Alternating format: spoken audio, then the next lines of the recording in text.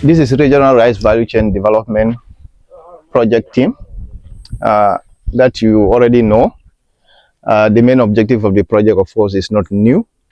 Is to contribute to reducing high importation rate of rice, to enhance economic growth through improved production, processing, marketing, and also to ensure that private sector participation in the rice production is enhanced.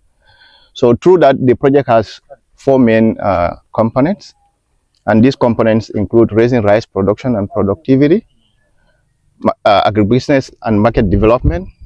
We have institutional strengthening, and we also have a component 4, which is project management and coordination. So if you look at component 1, of course, it looks at trying to provide arable land for farmers by developing new areas and as well as rehabilitating.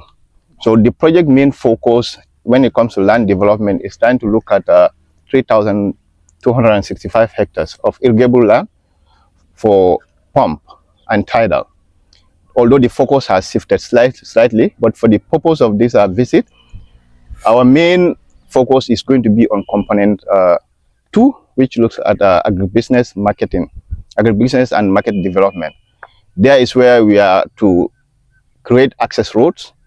Also, we're gonna develop, construct some drying floors and district stores, and also have some milling machines across the project intervention areas.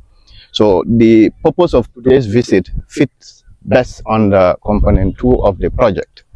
And then, like the objective depicts, we are to support both farmers, smallholder farmers, and as well as the private sector, because the government is convinced beyond every reasonable doubt that government and farmers alone cannot give us this rice food self-sufficiency that we've been yearning for years.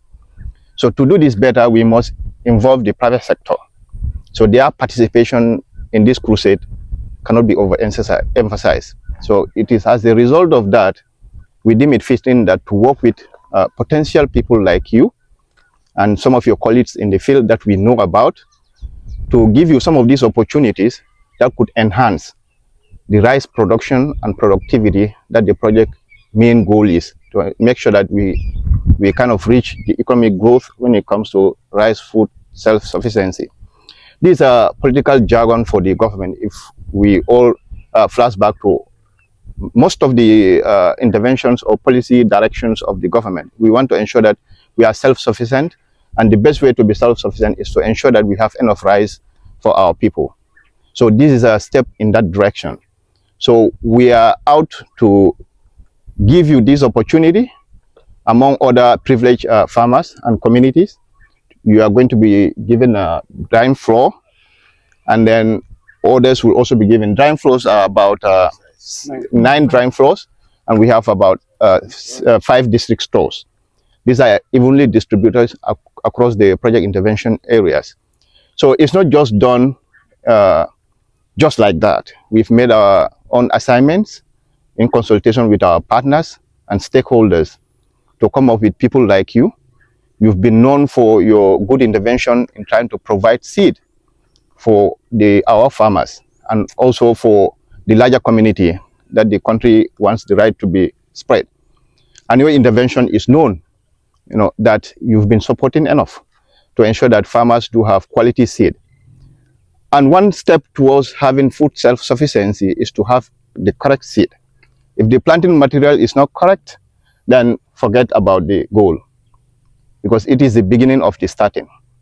So that's why we want to lay hands with you people, to be in this important crusade together. It's a journey, and a journey that is going to lead us to where the project goal is, and as well trying to fulfill part of the national development goal, that is the NDP, to ensure that we are self-sufficient when it comes to rice.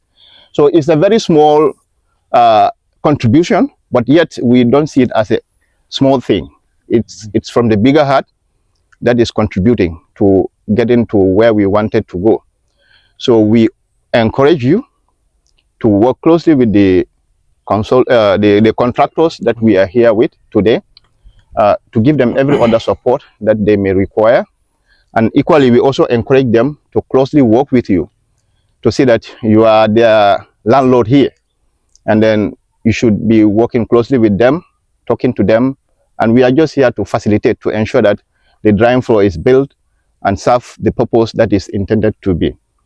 So I think without boring us much, we have so many other places to go, but this is the main objective of our coming here.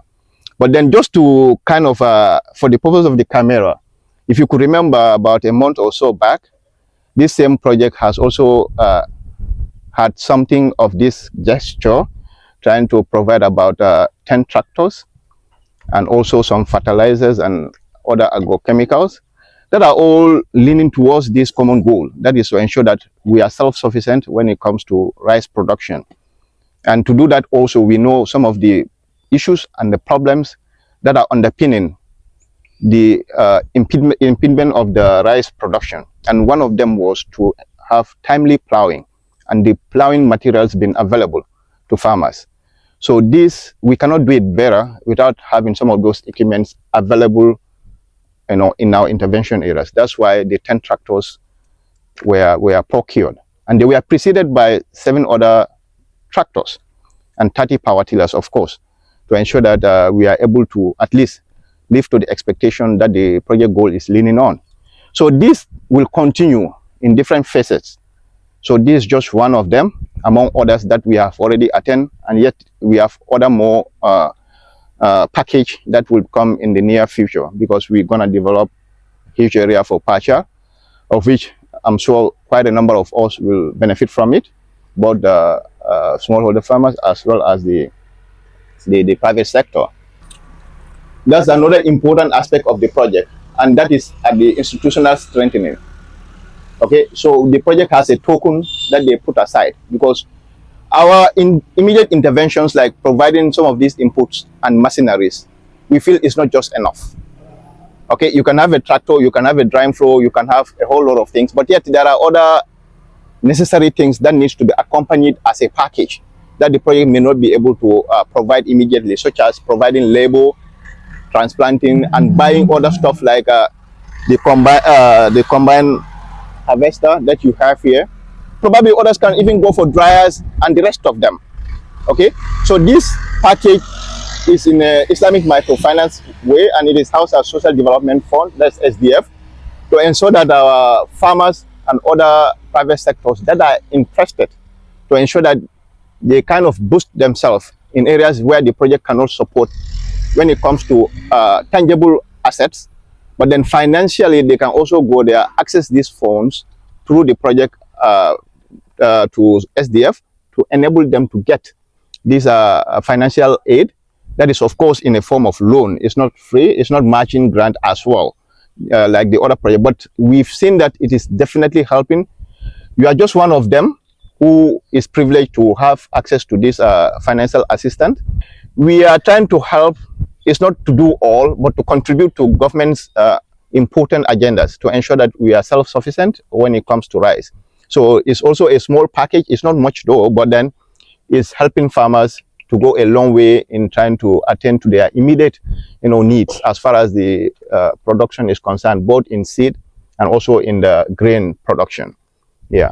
So we cannot, yes, we cannot thank you enough. But then, of course, like he said, we can only do this with special recognition from our donors, because without them, it's gonna be Badia and ISDB together. Yeah, one is doing the other and the other is doing the other. So it's like two legs moving. When one is not there, it's always difficult to walk comfortably. So Badia is one leg, ISDB is another. And we have the government of the Gambia as well contributing, because we are providing the enabling environment. We have every other thing that is necessary to ensure that this project can go to the level that we all wanted it to be. So I think I can stop here for now. My colleagues probably will want to say one or two words, but then if not, I think that's the mission for today. Yeah, thank you so much. So that's it together. So you understand, the facility we're building here right now, the machines that are going in here were funded by SDF. Correct. Just so you know. Correct. Correct. Through SDF. Through SDF. So Yeah. that's it. And the combiners are all through the same project. And the machines inside here too. Yeah. So the tractor is also bought from that fund. Yes. Everything. Correct. So I think you are one of our And the assets. the mobile solar that you see right there, the cart that we're building, Mhm. is a mobile solar for irrigation. We have about 6 of them. That's also part of the funding. So we did some serious shopping. The empty trays right there is all part of the funding. Wow. Yeah. Wow. So This is amazing.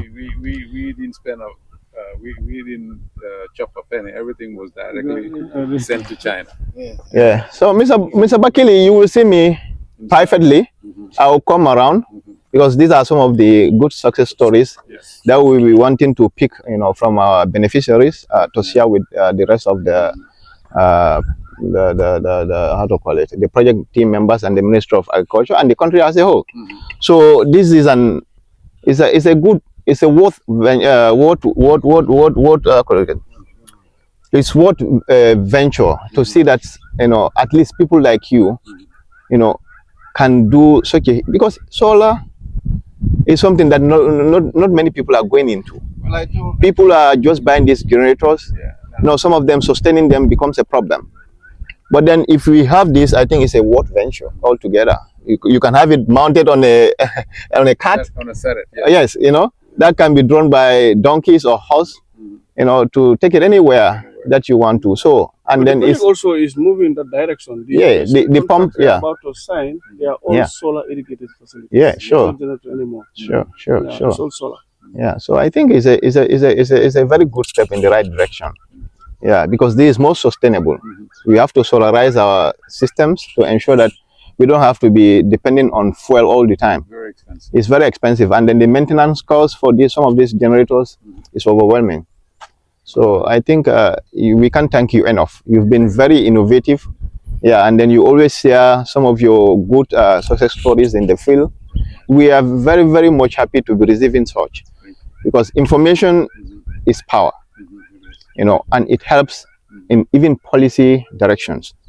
Without information, you can hardly know where you lead into or where you head into. So, but information, it's the light, So I think we will have to say kudos to you and then keep the good work, and then sure, we'll be there. Yeah, it could be today, tomorrow, but in the medium time, we are seeing some of the good works that you are doing.